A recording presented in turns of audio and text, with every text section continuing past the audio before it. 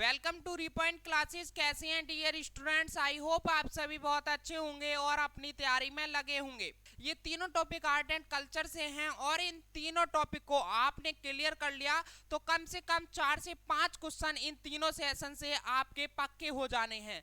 तो स्टूडेंट्स, पहले जो मैं प्रोवाइड करा रहा हूँ आपको सेशन वो लेने हैं और ये 3 सेशन तो बिल्कुल भी आपको छोड़ना नहीं है। चाहे आप किसी भी एग्जाम की तैयारी कर रहे हो, एसएससी का कोई भी एग्जाम हो, रेलवे का कोई भी एग्जाम हो, पुलिस का कोई भी एग्जाम हो, चाहे पुलिस का किसी भी स्टेट का एग्जाम हो, स्टूडेंट्स इन 3 टॉपिक से क्वेश्चन आपको देखने को मिलेंगे।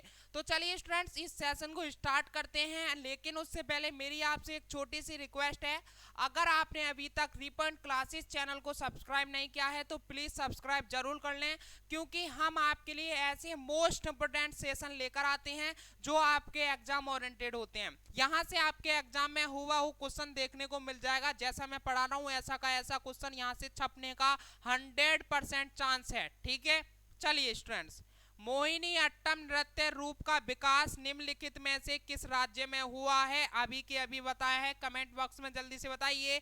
मोहिनी अट्टम नृत्य रूप का विकास निम्नलिखित में से किस राज्य में हुआ है? तो इसका राइट आंसर क्या हो जाएगा? केरल। ठीक है, केरल में हुआ है मोहिनी अट्टम नृत्य रूप का विकास। ठीक है, चलिए आगे और बात करते हैं। नेक्स्ट है कुचिपुड़ी किस राज्य की नृत्य शैली है? सारे के सारे क्वेश्चन मैंने वहां से बनाए हैं जो आपको थर्टिकल पोर्शन कराया है। अगर आपने थर्टिकल पोर्शन अच्छे से समझा है तो आप इसका रिप्लाई जल्दी से करोगे कमेंट में। ठीक है, जल्दी से बताइए कुचिपुड़ी किस राज्य की नृत्य शैली है? तो इसका राइट आंसर हो जाएगा आंध्र प्रदेश। ठीक है, चलिए आगे बात करते हैं। निम्न में से कौन एक उत्तर भारतीय नृत्य है?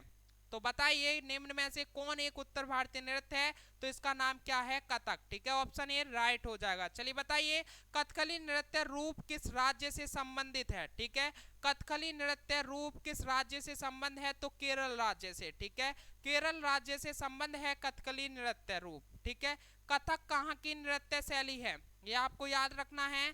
कथक कहाँ की नृत्य शैली है? तो इसका राइट आंसर क्या हो जाएगा? उत्तरी भारत। ठीक है, उत्तरी भारत की कथक नृत्य शैली है। चलिए बताइएगा निम्न नृत्य शैलियों में से किसका उद्गम पूर्वी भारत से हुआ है? निम्न नृत्य शैलियों में से किसका उद्गम पूर्वी भारत से हुआ है? तो इसका राइट आंसर है मणिपुरी का। ठीक है, किसका? मणिपुरी इसका राइट आंसर हो जाएगा ऑप्शन डी। ठीक है स्टूडेंट, चलिए आगे बात करते हैं। तो आंध्र प्रदेश का क्लासिकल नृत्य कौन सा है? जल्दी से बताइएगा आंध्र प्रदेश का क्लासिकल नृत्य कौन सा है? तो इसका राइट आंसर हो जाएगा कुचिपुड़ी। ठीक है, ऑप्शन डी। चलिए बताएगा निम्नलिखित में से कौन सा एक देव नृत्य है? तो इसका राइट आंसर क्या है? मोहिनी अट्टम। ठीक है, Mohini Attam option B right हो जाएगा, जो निम्नलिखित में से देव नृत्य है। चलिए बताएगा निम्नलिखित में से कौन सा भारतीय शास्त्रीय नृत्य है? ठीक है, कौन सा है? भारतनाट्यम है या कुचिपुड़ी है या कथक है? यानी सभी है, ये उपरोक्त सभी इसका राइट आंसर हो जाएगा। भरतनाट्यम भी है, कुचिपुड़ी भी है और कथक भी है। ठीक है, चलिए आगे बात करते हैं। निम्नलिखित में से नृत्य का शास्त्रीय रूप कौन सा है? भांगड़ा है, गिद्धा है, छऊ है, मणिपुरी है? तो इसका राइट आंसर क्या हो जाएगा? मणिपुरी हो जाएगा, जो शास्त्रीय रूप का नृत्य है। और ये भांगड़ा, गिद्धा, छऊ तो लोक नृत्य हैं। ठीक है, क्या है? ये लोक नृत्य हैं। चलिए आगे बात करते हैं। भारतीय शास्त्रीय नृत्य के सबसे प्राचीन शैली कौन है?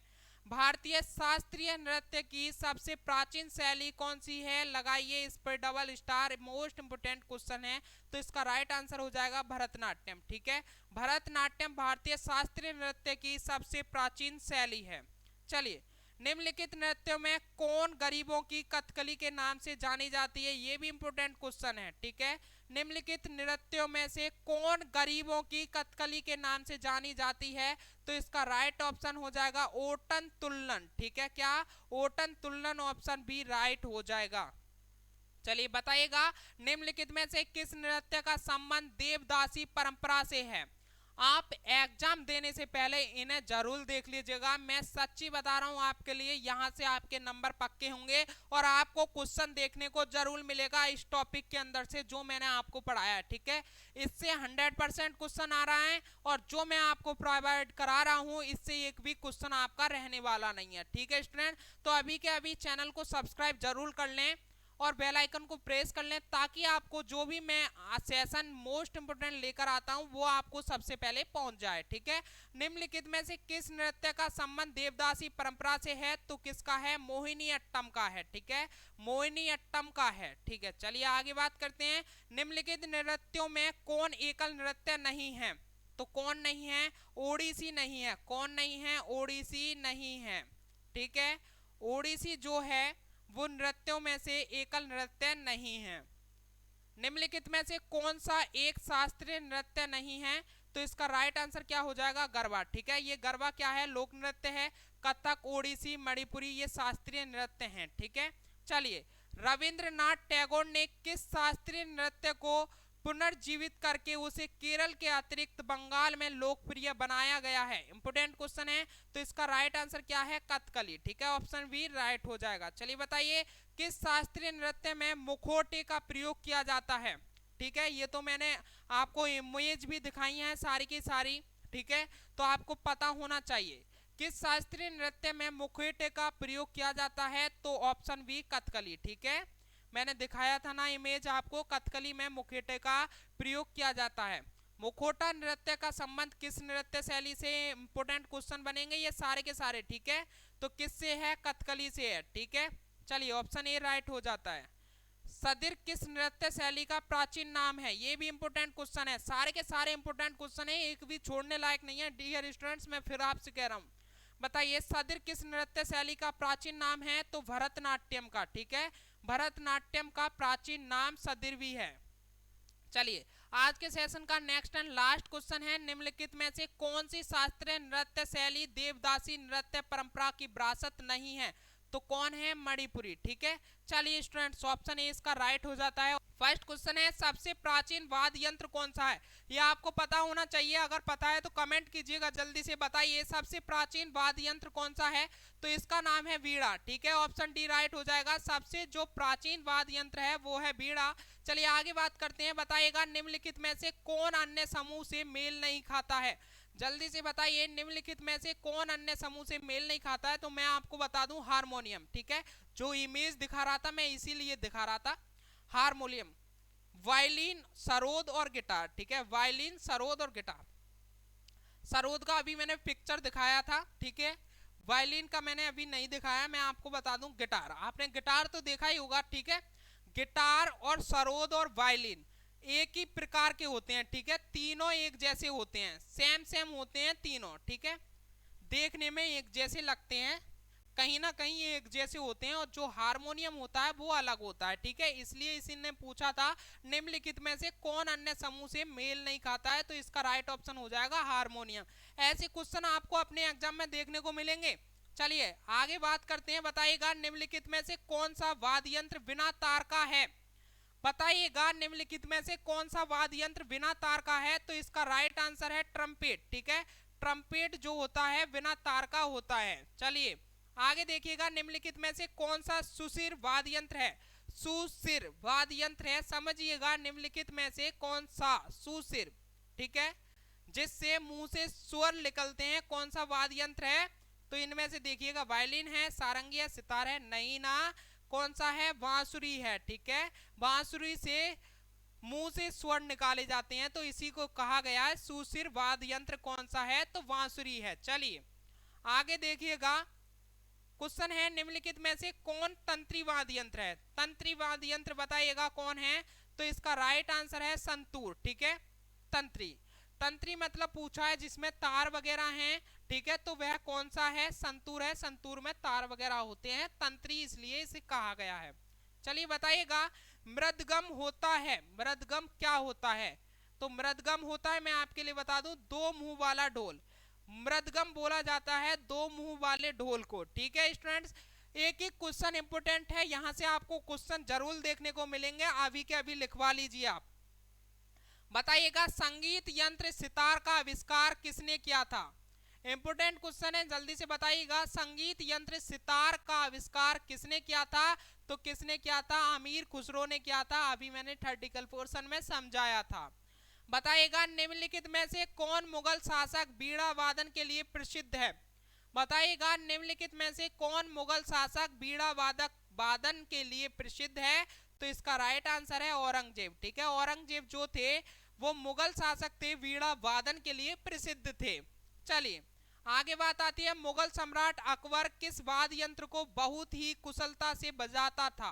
ठीक है, क्वेश्चन है जो मुगल सम्राट अकबर थे वो किस वाद्य यंत्र को बहुत ही कुशलता से बजाते थे? तो इसका राइट आंसर है नक्कारा। ठीक है, नक्कारा एक वाद्य यंत्र था जिसे सम्राट अकबर बड़े ही अच्छे तरीके से उसे बजाते थे। ठीक है, उस्ताद बिस्मिल्लाह खान, ठीक है, किस वाद्य यंत्र को बजाते थे? अभी अभी कराया ये क्वेश्चन, जल्दी से बताइएगा। थर्टिकल पोर्शन में मैंने समझाया था। ठीक है, तो किसको? शहनाई को। ठीक है स्टूडेंट्स, शहनाई को कौन बजाते थे? बिस्मिल्लाह खान बजाते थे। ठीक है, और इन्होंने ही इसका आविष्कार किया था। चलिए बताइएगा, अमजद अली खान निम्नलिखित में से किस संगीत वाद्य यंत्र से संबंधित हैं? अमजद अली खान निम्नलिखित में से किस संगीत वाद्य से संबंधित है? तो इसका राइट आंसर है सरोद से। ठीक है, ये भी मैंने अभी थर्टिकल पोर्शन में कराया है। जल्दी से बताइएगा, विलायत खान किस वाद्य यंत्र से संबंध रखते हैं? तो इसका राइट आंसर है सितार। सितार से संबंध रखते हैं विलायत खान। चलिए आगे बताइएगा, नीरू स्वामी पिल्लई संबंधित है? तो नीरू स्वामी पिल्लई संबंधित हैं नाद स्वरम से। ठीक है, किससे? नाद स्वरम से संबंधित है नीरू स्वामी पिल्लई। चलिए आगे बताइएगा, एस बालचंद्रन किस वाद्य यंत्र से संबंधित हैं? तो इसका राइट आंसर है वीणा से। ठीक है, किससे? वीणा से संबंधित हैं एस बालचंद्र। अभी मैंने थर्टिकल पोर्शन में कराया था प्रमुख। ठीक है, प्रमुख वादक हैं ये एस बालचंद्र जी। ठीक है, चलिए आगे मैं आपके लिए बता दूं, हरिप्रसाद चौरसिया ने किस क्षेत्र में प्रसिद्धि अर्जित की है? हरिप्रसाद चौरसिया ने किस क्षेत्र में प्रसिद्धि अर्जित की है? तो इन्होंने बांसुरी वादन में। ठीक है, ये मैंने थर्टिकल पोर्शन में कराया था कि बांसुरी वादक के जो प्रमुख वादक हैं वो हरिप्रसाद चौरसिया, उसमें एक नाम बताया था। ठीक है मैंने स्टूडेंट, चलिए आगे बात करते हैं। तो बीजी जोग किस वाद्य संगीत के लिए प्रसिद्ध है?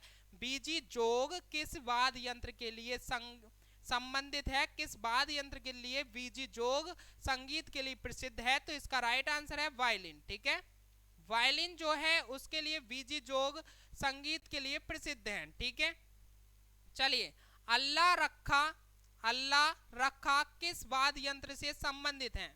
बताइएगा, अल्लाह रखा किस वाद्य यंत्र से संबंधित है? तो तबला से संबंधित है अल्लाह रखा। ठीक है, चलिए बताइएगा, गोविंद स्वामी पिल्लई का संबंध किस वाद्य यंत्र से है? गोविंद स्वामी पिल्लई का संबंध किस वाद्य यंत्र से है? तो इसका राइट आंसर है वायलिन। ऑप्शन डी राइट हो जाएगा। चलिए बताइएगा, पन्ना लाल घोष का संबंध किस वाद्य यंत्र से है? तो इसका राइट आंसर है ऑप्शन बी राइट हो जाएगा, बांसुरी। ये मैंने भी बताया था कि पन्ना लाल घोष बांसुरी के प्रमुख वादक हैं। ठीक है, थर्टिकल पोर्शन में ये सारे के सारे कवर कराए थे अभी मैंने। अगर आपने अच्छे से पढ़ा है तो आप ऑप्शन यूं ही बता दोगे और कमेंट में आंसर देते जाओगे। ठीक है, इसीलिए मैंने पहले थर्टिकल पोर्शन आपको कवर कराया था।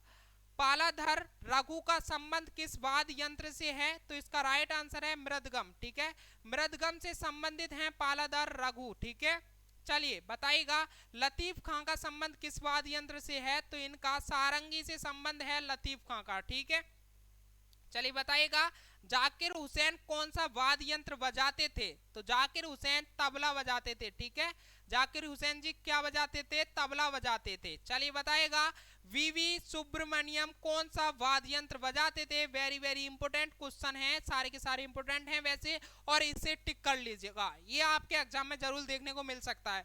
वीवी सुब्रमण्यम कौन सा वाद्य यंत्र बजाते थे? तो वायलिन। ठीक है, कौन सा? वायलिन बजाते थे वीवी सुब्रमण्यम। ठीक है, चलिए बताएगा, वाल मुरली कृष्ण का संबंध किस वाद्य यंत्र से है? वाल मुरली कृष्ण का संबंध किस वाद्य यंत्र से है? तो इसका राइट आंसर है वायलिन से। किससे? वायलिन से संबंधित है वाल मुरली कृष्ण का संबंध। ठीक है, चलिए आगे बताइएगा, पन्ना लाल घोष निम्नलिखित में से किससे संबंधित हैं? तो बांसुरी से संबंधित हैं पन्ना लाल घोष। ठीक है स्टूडेंट, चलिए बताइएगा, उस्ताद जाकिर हुसैन को निम्नलिखित में से किस वाद्य यंत्र को बजाने में विशिष्टता प्राप्त है? उस्ताद जाकिर हुसैन को निम्नलिखित में से किस वाद्य यंत्र को बजाने में विशिष्टता प्राप्त है? तो तबला को। ठीक है, किसको? उस्ताद जाकिर हुसैन को तबला बजाने में विशिष्टता प्राप्त है। तो स्टूडेंट्स आज के यही थे इंपोर्टेंट क्वेश्चन, और जो भी थर्टिकल पोर्शन कवर कराया था उसी से मैंने ये इंपोर्टेंट क्वेश्चन बनाए थे, और ये इंपोर्टेंट क्वेश्चन एग्जाम ओरिएंटेड है। यहाँ से आपने एग्जाम में आपको क्वेश्चन देखने को जरूर मिलेगा, ये मेरा आपसे प्रॉमिस है। स्टूडेंट्स अभी तक आपने हमारे चैनल को सब्सक्राइब नहीं किया है तो सब्सक्राइब जरूर कर लें। ऐसे मैं सेशन डेली लाता हूं और डेली आपके लिए लाता रहूंगा, आपके एग्जाम की अच्छी तैयारी मैं कराता रहूंगा। तो स्टूडेंट्स आज के लिए इतना ही, फिर मिलते हैं एक और नेक्स्ट सेशन के लिए। जब तक के लिए जय हिंद, जय भारत, वंदे मातरम। थैंक यू दोस्तों।